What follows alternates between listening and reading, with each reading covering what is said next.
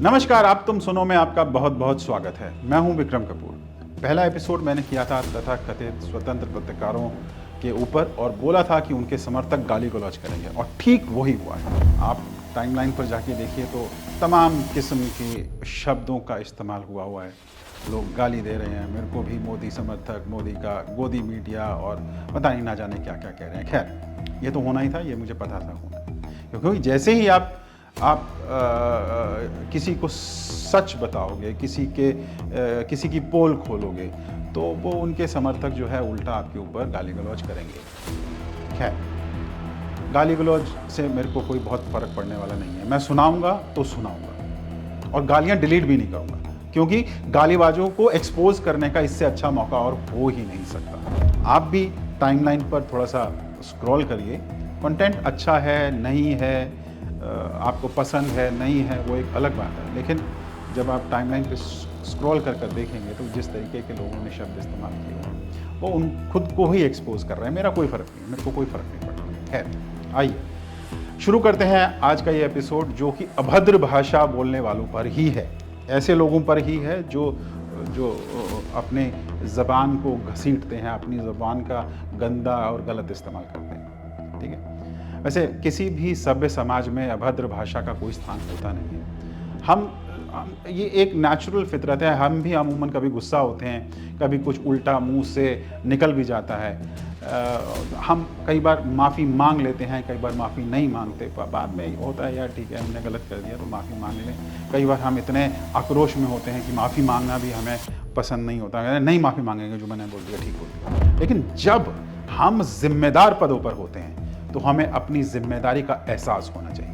अब तुम सुनो, मैं आज उन नेताओं को खरी खरी सुनाऊंगा जो अपने आप को पता नहीं क्या समझते हैं। उन्हें एहसास ही नहीं है कि वो कब क्या बोलते हैं। हाल की बात है, बीजेपी सांसद हैं मान्यवर रमेश बिधूड़ी जी, ऑनरेबल मेंबर ऑफ पार्लियामेंट। उन्होंने संसद भवन के भीतर बीएसपी के सांसद को अपशब्द बोले और वो इतने वाहियात और इतने घटिया शब्द थे कि हम उसका जिक्र भी यहाँ नहीं कर सकते। मैं नहीं करना चाहूँगा, मुझे कोई शौक नहीं है उन शब्दों को यहाँ रिपीट करने का। सब आपके यूट्यूब पर और ट्विटर पर, इंस्टाग्राम पर उनकी ये स्पीच खूब वायरल हुई है, आप वहाँ पर देख सकते हैं। लेकिन मैं उन शब्दों को दोहराऊँगा। मगर सवाल ये है कि क्या आप जुबान पर इतना कंट्रोल नहीं कर सकते कि आप सदन की मर्यादा को बनाए रखें? अरे भाई, इज्जत आबरू है कि कुछ भी नहीं है, कुछ भी मन करेगा तो बोलोगे। तुम्हें भी इसलिए संसद भवन में चुनकर नहीं भेजा गया कि तुम गाली गलौज करोगे। यही करना था तो बैठते किसी पनवाड़ी की दुकान पर और जमकर गालियां जो है तोलते रहते, तोल के भाव निकालते अपनी जबान के ऊपर। भदौड़ी साहब, अब आप सुनिए, आप किसी को गाली देने के हकदार हो कैसे गए, वो भी लोकतंत्र के मंदिर में? और ऊपर से आप ये बोल रहे हैं कि आपको उकसाया गया इसलिए आपने गाली दे दी। आपको मालूम भी है कि आपने बीएसपी सांसद को गाली देकर ना सिर्फ अपनी हुर्मत उतरवाई है, अपनी बेइज्जती करवाई है, अपनी छीछा लेदर करवाई है, बल्कि अपनी पूरी पार्टी को बैकफुट पर ला दिया है। आप तो उस पार्टी में हो जिसके नेता को विपक्ष ने पता नहीं क्या क्या कहा है। कभी मौत का सौदागर कोई कहता है, तो कभी कोई हिटलर कहता है, कोई सांप से तुलना करता है, तो कोई रावण कहता है। आपकी पार्टी कहती रही है कि विपक्ष की भाषा गंदी है, उनकी जुबान गंदी है। तो फिर आपकी जुबान से कौन सा फूल झड़ा है भाई, जरा ये तो बता दीजिए। और निर्लजता तो ये कि ये सब करने के बाद भी आपने माफी नहीं मांगी और आप सोशल मीडिया पे जाकर कभी किसी चीज का उद्घाटन कर रहे हैं, कभी किसी चीज का उद्घाटन कर रहे हैं जैसे तो कुछ हुआ ही नहीं संसद। भाई साहब, कायदे से सुन लीजिए, ये लोकतंत्र वाला देश है और यहां किसी भी बदतमीजी को बर्दाश्त करने की कोई जगह है नहीं। बहुत भारी पड़ने वाला है आपको और ये आपकी पार्टी के लिए। इसलिए आप तुरंत अभी अपनी इस गंदी भाषा पर माफी मांगिए और तय कीजिए कि आप कभी भी इस तरह के शब्दों का इस्तेमाल नहीं करेंगे। वैसे आप लोगों को एक और बात बता दूं कि बिधूड़ी अकेले ऐसे नेता नहीं है जिन्होंने बदजुबानी की है। इसके पहले भी बहुत सारे नेताओं ने अपना आपा खोया है या जानबूझकर सोचे समझे ऐसा बयान दिया है जो असामाजिक है, जिसे कतई स्वीकार नहीं किया जा सकता। याद होगा आपको, अगर याद नहीं है तो याद दिलाता हूं। वैसे तो दिवंगत शख्स के बारे में कुछ कहना नहीं चाहिए, मगर बात चली है तो बता देता हूं कि समाजवादी पार्टी के संस्थापक रहे दिवंगत नेता मुलायम सिंह यादव ने एक बार कहा था, याद करिए, कि लड़कों से गलतियां हो जाती हैं। अचरज की बात यह है कि यह बात उन्होंने एक बलात्कार के मामले में कही थी। बताइए, रेप जैसा क्रूर अपराध, उसको कोई कैसे जस्टिफाई कर सकता है? कैसे? मतलब नेताजी ने ये बोलने से पहले सोचा भी नहीं होगा एक बार? जवानी में गलतियां हो जाया करती हैं, बोल दिया, खत्म।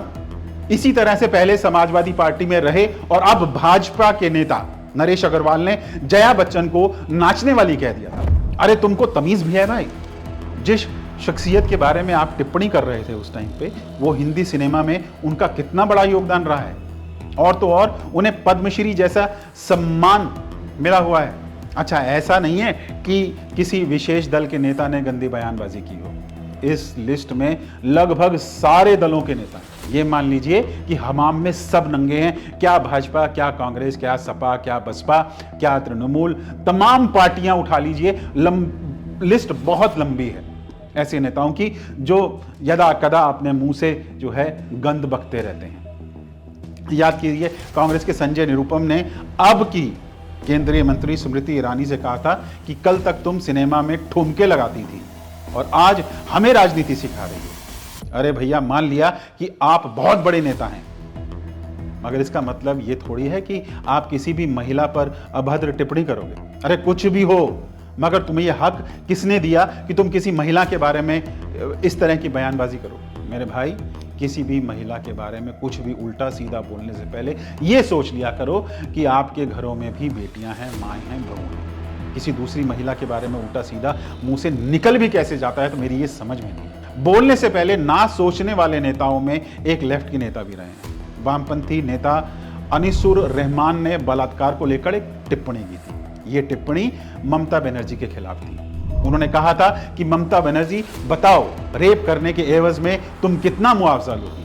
अरे हद है यार, मतलब कमाल की बात है। नेता होने की मर्यादा तो रख लेते, ये तो सोच लेते कि तुम जनता के बीच रहते हो, जनता तुम्हें जिताती है। किस भाषा में बात कर रहे हो भैया? ये एकदम नाकाबिले बर्दाश्त। इसी तरह से समाजवादी पार्टी के नेता आजम खान ने भी जयाप्रदा के बारे में गंदी बात की थी, कुछ बोल दिया था। आजम खान ने तब कहा था कि जयाप्रदा की जो पैंटी खाकी है।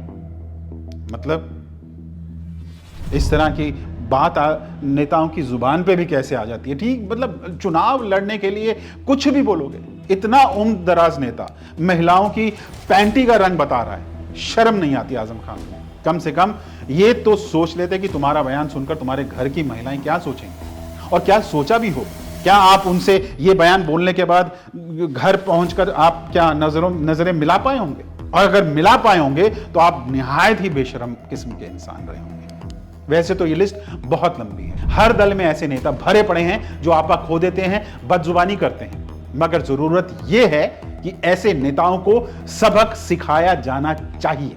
दुनिया के बाकी देशों में अगर नेता गलत बयानी करते हैं ना, तो उन्हें सजा मिलती है। अब जरूरत है कि हमारे देश में भी नेताओं को सजा मिले, ये तभी सुधरेंगे। और एक बार आपको और बताते चलता हूं, सदन में ये माननीय सांसद ने बयानबाजी की, अपशब्द बोले। ये सिर्फ आपकी जानकारी के लिए बता रहा हूं कि अगर इस तरह की बात संसद में या विधानसभा में होती है तो कोई इसमें यह नहीं है कि कोई मुकदमा दर्ज हो जाएगा या पुलिस कोई कार्रवाई करेगी ना। ये जो है स्पीकर के अधिकार क्षेत्र में आता है कि वो उनको क्या सजा दे, या कमेटी होती है उस पर ये जो है मामला रेफर कर दिया जाता है। मैं ये कहना चाहता हूं उन लोगों से, बहुत कर लिया आपने बदजुबानी, बहुत बहुत बहुत गलत शब्दों का इस्तेमाल कर लिया, पर अब तुम लोग सुनो। जनता मूर्ख नहीं है जो तुम्हारी बकवास सुनती रहेगी। तुम्हें अपनी जुबान पर कंट्रोल करना ही होगा।